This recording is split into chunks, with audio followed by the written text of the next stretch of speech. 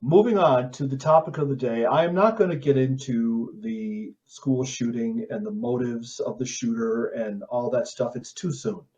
It's too soon. This is a tragedy. As a father of three, it's been said there's how's it go? It's been said there is no worse tragedy than for a parent to outlive their child, and I believe that's true. I cannot imagine losing one of my children.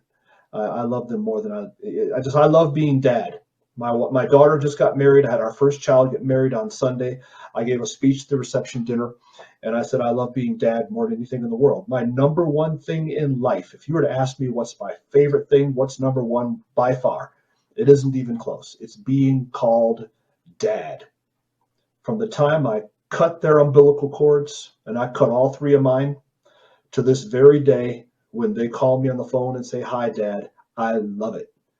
I can't imagine outliving one of my children, especially when they were little, like these poor kids in Texas when they were just in elementary school. Because I was that dad. I mean, I was that dad, right? I was the wrestle with them on the floor dad and nail them with big elbows and throw them 5 feet in the air and catch them on the way down. I was that dad. I had so much fun when my kids were little. If something like this would have happened and I would have lost one of them, um, it would have wrecked me. I don't know what, I can't even imagine it. Don't want to imagine it. So I think that it's too early to start picking that apart, and I'm not going to. But not everybody's like me. Not everybody thought it was too early. So I'm going to talk this morning about the left's reaction to this tragedy. It is stunning how quickly the political left in America, not all left, not all on the left. I'm not painting everyone who is a registered Democrat or would self-describe as a progressive or a liberal. I'm not painting them all with this brush. But the political leadership of the liberal movement in this country, they wasted no time in jumping on this and leveraging it as a vehicle to promote the political agenda concerning firearms that they believe this country needs. Wasted no time. We're going to start with the President of the United States. This is an incredible, incredible quote. Let's put this page on screen, Zach. This is Mixmaster Z, who is producing today. Hello. And this comes from, say again? I was saying hello. I have no idea what you're talking about. You know that? I say hello instead of hello. It's like a kind way to say What does that hello. even mean? It means hello. You're you're making up words now? Yeah. Don't make up words around me. Okay, I don't like made up words. If I don't know what it means, I don't want to hear it. Yes, sir. Let's put this page up from Breitbart real quick, please. Um, this is the president, the occupant of the Oval Office. President Joe Biden suggested Thursday, that's today, that Americans were purchasing guns like AR-15s for the sake of killing people. Quote, "What in God's name do you need an assault weapon for except to kill someone? It's just sick." Close quote. And then he goes into talking about in his tweet, and I'm not going to go any further than that. So, according to the president, according to the occupant of the Oval Office, a lot of my friends are sick. Because I got a lot of friends who own ARs. I know a lot. If you roll in conservative circles, you do too. I know a lot of people who have ARs. So according to the president, according to the occupant of the Oval Office, they're all sick. There are approximately 35 million AR owners in this country. And that's not counting those that own AKs. Let's lump them all in together. So that's about 20% of the population of the country, 18, 20%, whatever the math is on that. So this man,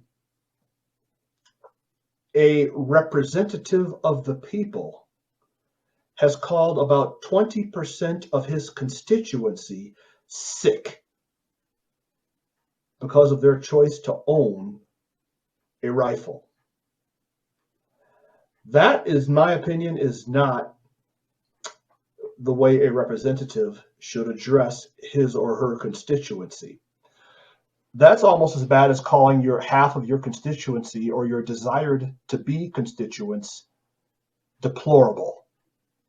Okay, they make it clear that they hate us. But this next one, Zach, let's go with image number 1. This is a tweet sent by the governor of California, one Gavin Newsom. Newsom sent this tweet. Oh, let me read it first. 14 children and a teacher dead. Of course, that number has changed. He didn't even wait for the body count. If I remember correctly, I believe it's actually 18. Another shooting, and the GOP won't do a damn thing about it. Who the hell are we if we cannot keep our kids safe? This is preventable. Our inaction is a choice. We need nationwide, comprehensive, common sense gun safety now. Another shooting, and the GOP won't do a damn thing about it. So this is all the Republicans' fault. That's how quickly. So 2 things about this tweet. First of all, Newsom, the bodies weren't even cold. This is literally within a couple of hours. The families who lost loved ones, who lost children, they hadn't even had the opportunity to grieve yet. They're still in shock at this point. They just got the news. Maybe they hadn't even gotten the news. It literally has only been an hour and a half or 2. The bodies aren't yet in the morgue. And Newsom is already out there turning this into a political fire piece and blaming the Republicans for the whole thing. The GOP won't do anything about this. Bodies aren't yet cold. It's just without taste. But here's the question. So it used to be that public figures cursing in public was taboo. I'm not even going to go down that road. He drops a couple of curse words in this thing, and he's the governor of the largest state in the country. We're past that now. I don't swear. This is, okay, let me read it again. Yeah, put it up again, Zach. Image number 1. 14 children and a teacher dead. Again, that's not even the right number. As many people as were going to die had not yet died. He couldn't even wait a day. Another shooting, and the GOP won't do a damn thing about it. Who the hell are we if we cannot keep our kids safe? This is preventable. Okay, here's my question. I'm not going to read the rest. The question here is very simple, in my opinion. What laws that are currently not on the books would have prevented this tragedy if they were on the books? That's all I want to know. What laws are we missing? What would have prevented this? So what the left thinks is the way you stop and end these tragedies, these tragic shootings, is to keep making it more and more and more illegal to shoot people. Just keep putting new laws in place, and that'll end it. And you know as well as I do that all we have to do is look around the country at the places where there are the most restrictive gun laws to discover that that simply does not work. Washington, D.C., Chicago, Illinois, Seattle, Washington, every place that the progressives have ruled for 50 years has extremely restrictive gun laws, and gun violence is out of control. Now, they blame it on Republicans, even though there aren't any, because they simply think if you pass more and more and more laws, that will solve the problem. Ultimately, they just want to ban guns altogether, as if banning them is going to stop it. Look at London, okay, where they just now stab people. I mean, the issue is human nature. So Why people can't understand this, I cannot comprehend for the life of me why people don't understand what I'm about to say. And all of you know this. The people who abide by the law are law abiders. People who break laws are not. Okay, making it against the law to be in possession of an AR-15 is only going to affect people like me who abide by the law. An armed robber who wants to rob a bank with a rifle AR-15 is not going to say, "Oh, well, that's against the law. I can't use one of those." He's robbing a bank. When I go to my children's school, just like when you go to your children's school, because this is federal law, there is a sticker stuck to the door on the main entrance to the building, on all the entrances to the building, but we use the main entrance, that says firearms not allowed. Right? It's got a gun inside a red circle with a hash line through it, and it says no weapons allowed, or no guns allowed, or firearms not allowed, or something like that. Okay, it's against the law to bring a gun into the school. Who does that affect? That affects me. See, because I am a law abider. So I will safely lock my 9mm, my personal carry. I am a licensed, registered, concealed carry citizen.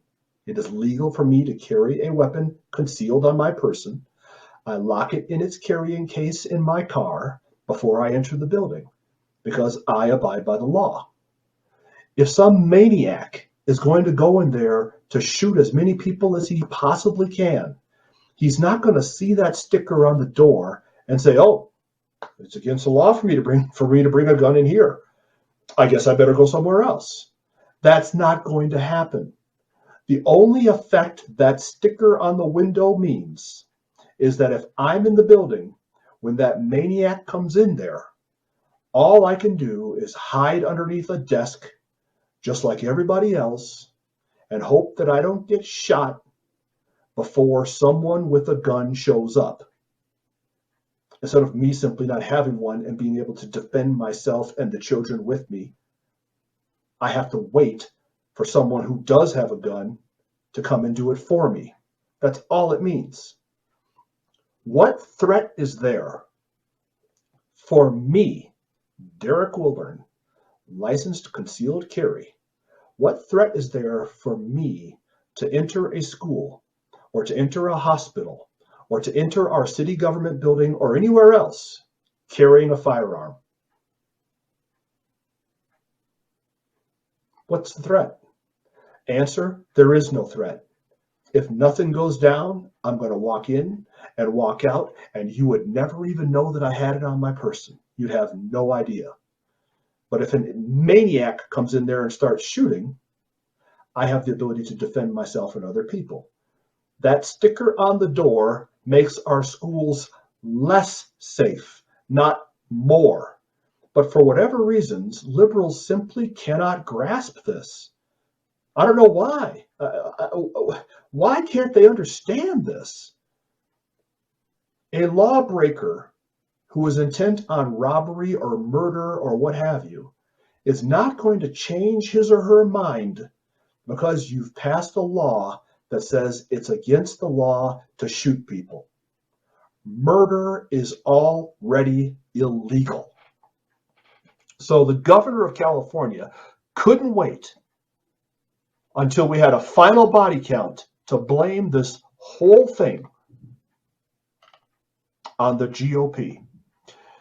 Of course, the governor isn't alone. The former president crawled out of wherever he's been, came out from one of his many mansions. He and his wife own 4, 5, 6 homes.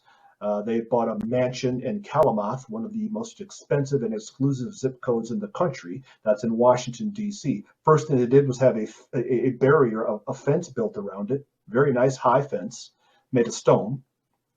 They then bought a mansion on Martha's Vineyard, a beachfront mansion, which is an unusual move for someone who thinks the rise of the oceans is going to destroy all our coastlines.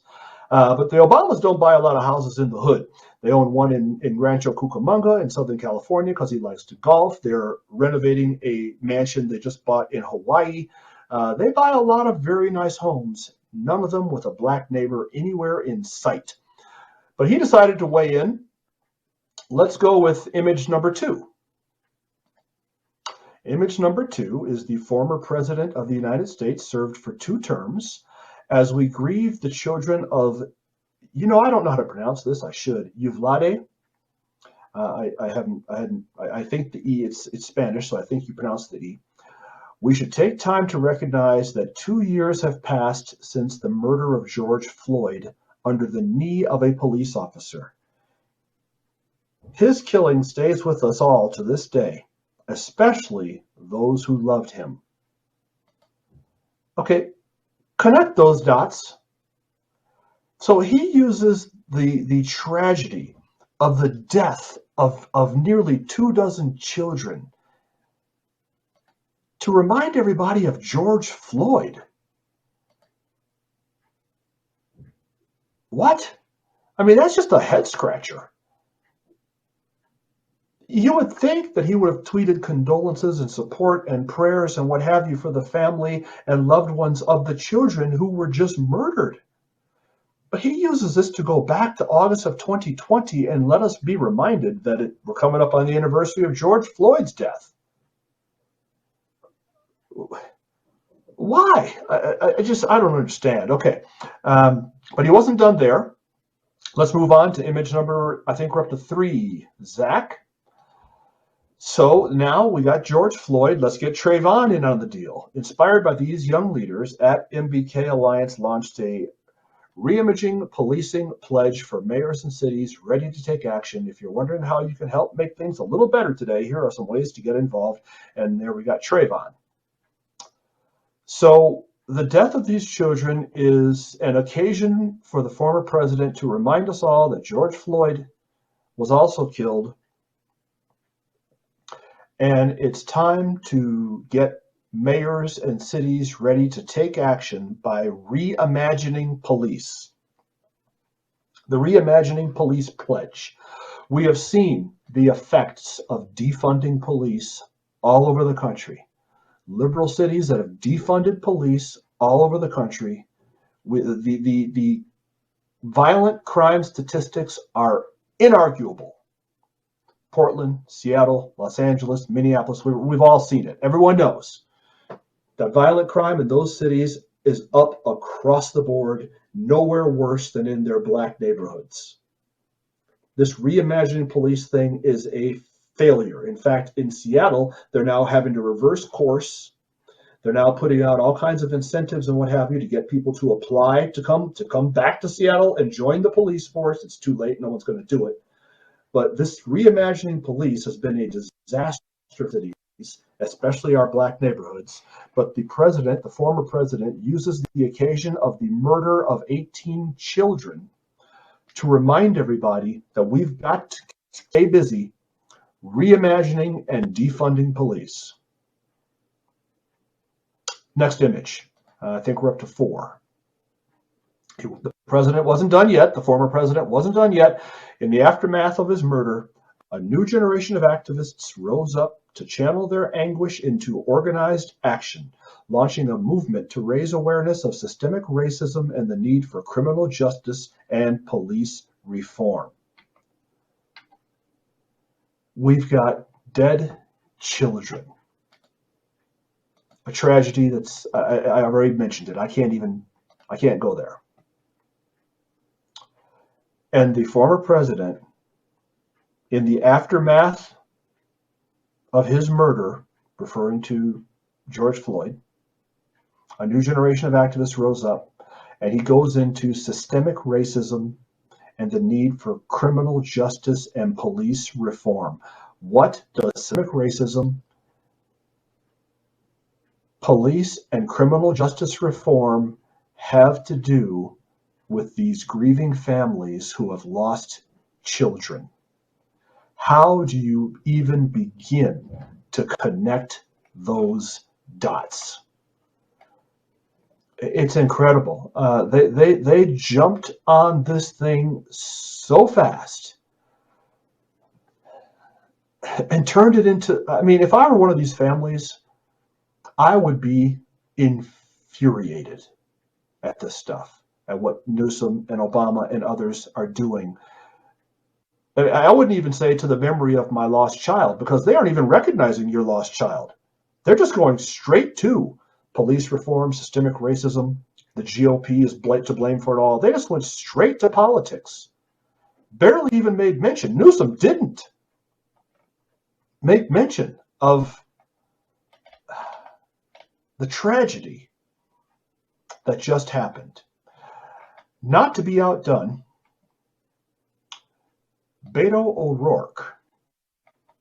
This is absolutely amazing. So this is cut number 11. We're going to go to next, Zach. Beto O'Rourke, so the governor of Texas, Greg Abbott, and the lieutenant governor and some other elected representatives were giving a press briefing of some sort. I'm not sure what the event was here.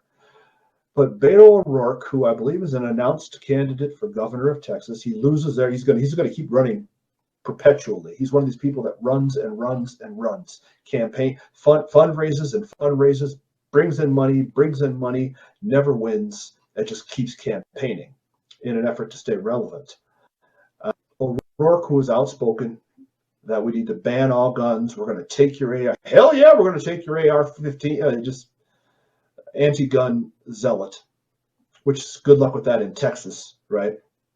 I was just watching a video the other day about ranchers in Texas who use AR-15s and night vision technology to clear feral pigs off their ranches and farmlands. Feral pigs are a real problem. I'm totally ignorant. I don't farm or ranch, but pigs, feral pigs, they can be aggressive as wolves, and they multiply like rabbits. I mean, they multiply really fast, and they can destroy a field of crops instantly. I mean, in a matter of 3 nights, they can just mow the whole thing down. So some ranchers in Texas or other places, I'm sure they do this as well. Pigs are smart. Pigs are smart and they're elusive. They're not as easy to kill as you might think, and they're nocturnal. So what a lot of ranchers have taken to doing is they go out at night using night vision technology and AR-20s, AR-15s, AR-10s, and shoot these things and turn them into meat. So good luck with that. We're going to take all your ARs, Beto, in Texas. That's just, you're never going to elect it on that platform. But he decided to show up at Greg Abbott's presser. This is on a stage. It looks like it might be in a high school gymnasium or something like that. And confront the governor and the assembled panel uninvited, just walks right in, walks right to the front, and starts throwing down his "this is all your fault" game, just like Gavin Newsom. It's all the Republicans' fault. You aren't doing anything about this. You're the ones. And again, the bodies are barely even cold. Cut 11. 2916. And at this time, I will pass the mic to Lieutenant Governor Dan Patrick.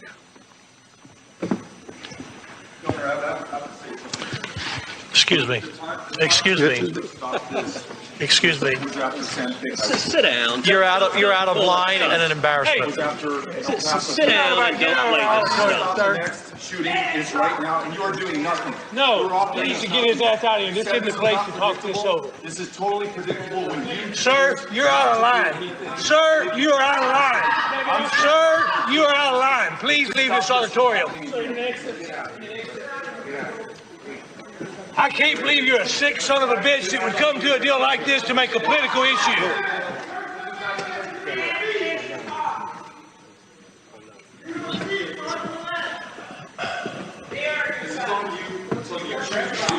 It's on assholes like you. Why don't you get out of here?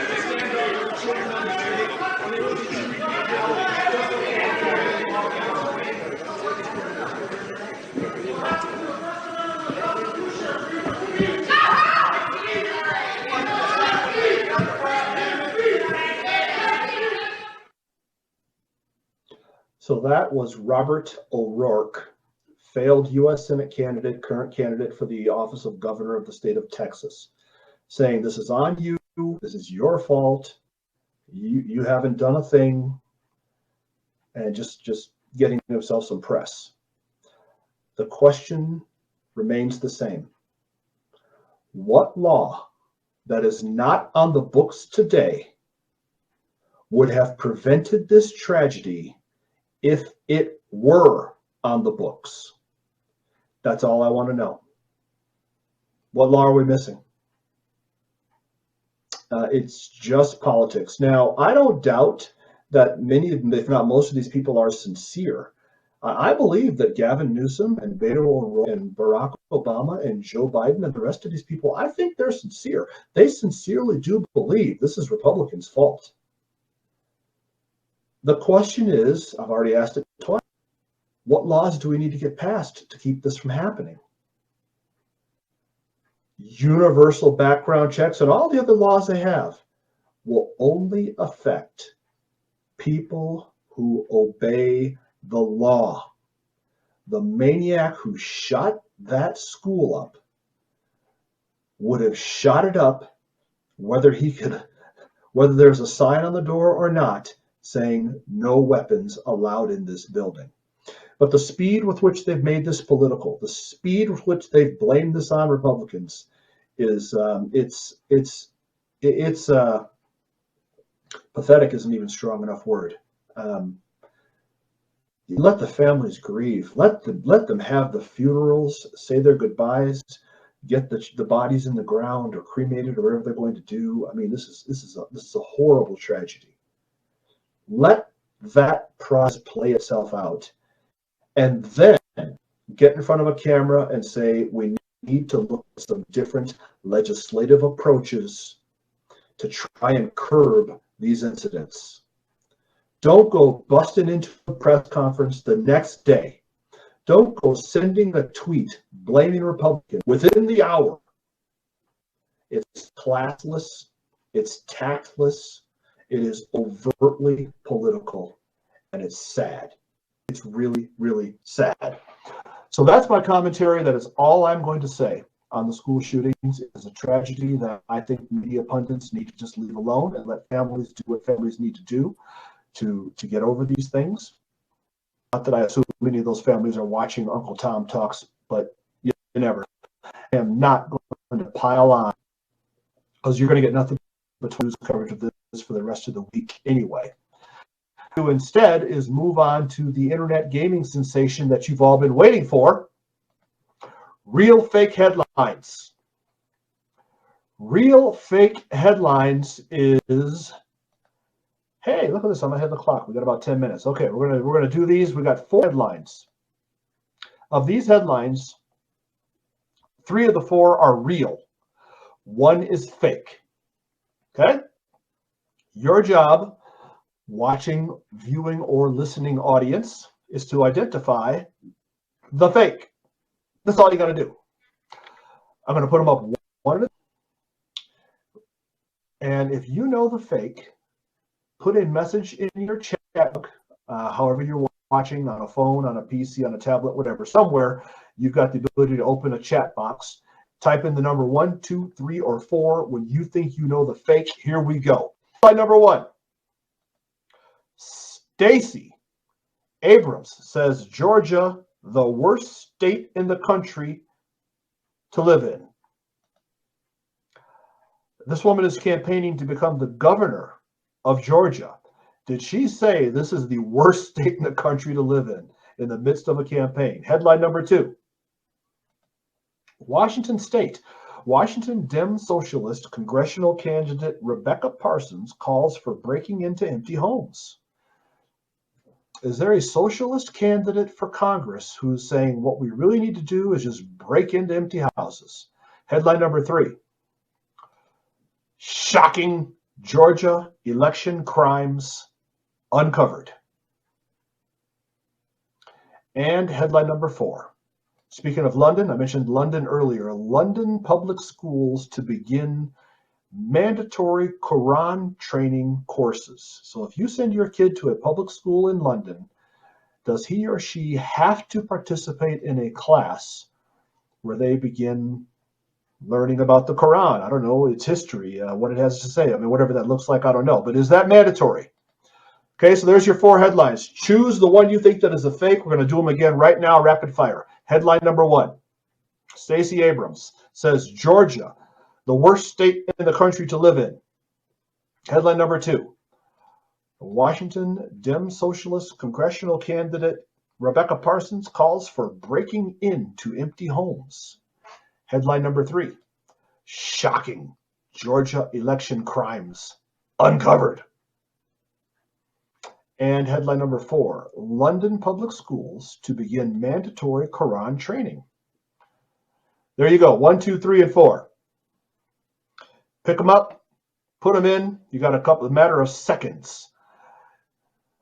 I not see the chat box, but my muscle, my thug, my goon, he can, and he'll let me know where the money's coming in. We're getting a lot of 3s. Oh yeah.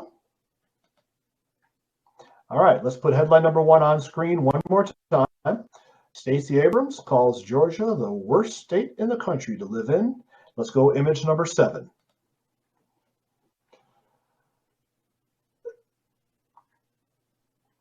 This happened. Campaigning to become governor, and said this.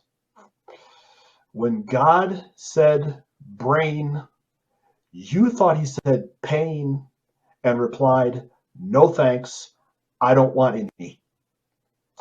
Headline number 2 on screen. Washington Dem Socialist candidate Rebecca somebody or other Parsons calls for breaking into empty homes. Headline image number 8.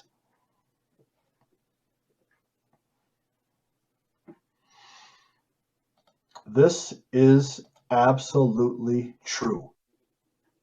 This is true. Let me bring this up real quick and see if I can get you a more thorough quote. This is from the New York Post, 3rd largest circulation in the country, major newspaper.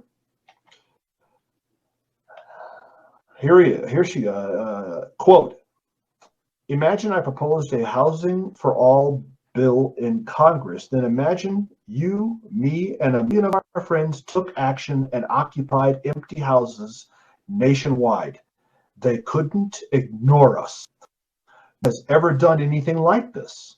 That's why it's going to work. Close quote. Break into empty homes. What is an empty home? I mean, how do you clean that up? If a family's away on vacation for 2 weeks, does that count? I mean, how many homes are there that are simply empty, as in vacant? Just no one lives there.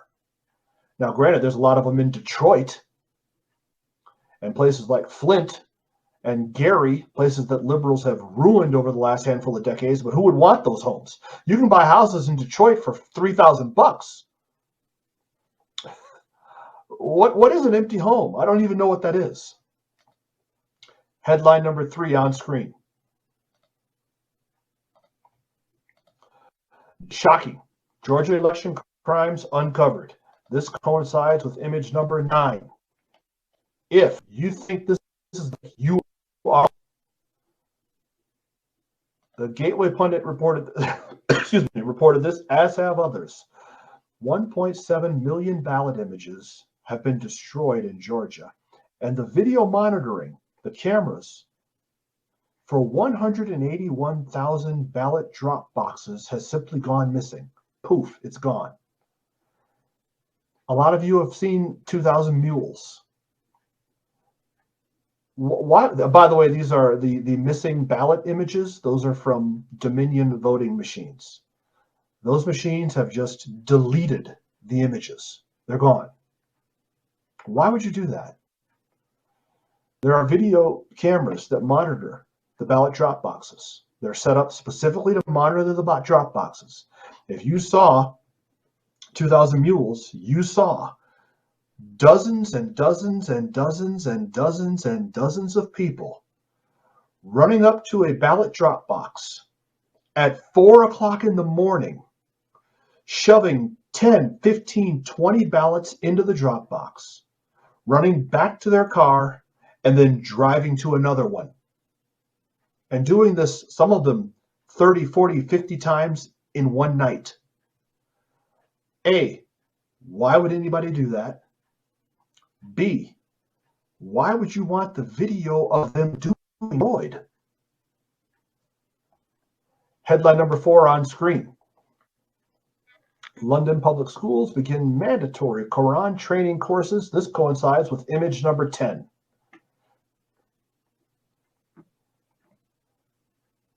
I think. That's the fake one. Zach, did anybody choose number 4? No number 4s. They were on 3. Victory, Derek. Okay? Fooled you suckers. Okay? Not a one of you can figure me out because I'm too doggone smart. This has been Uncle Tom Talks. At this point in the show, my favorite thing to do is to throw it to my producer because he is an attention slob and he gets his feelings hurt if I don't give him a speaking role. So Mixmaster Z, take us out.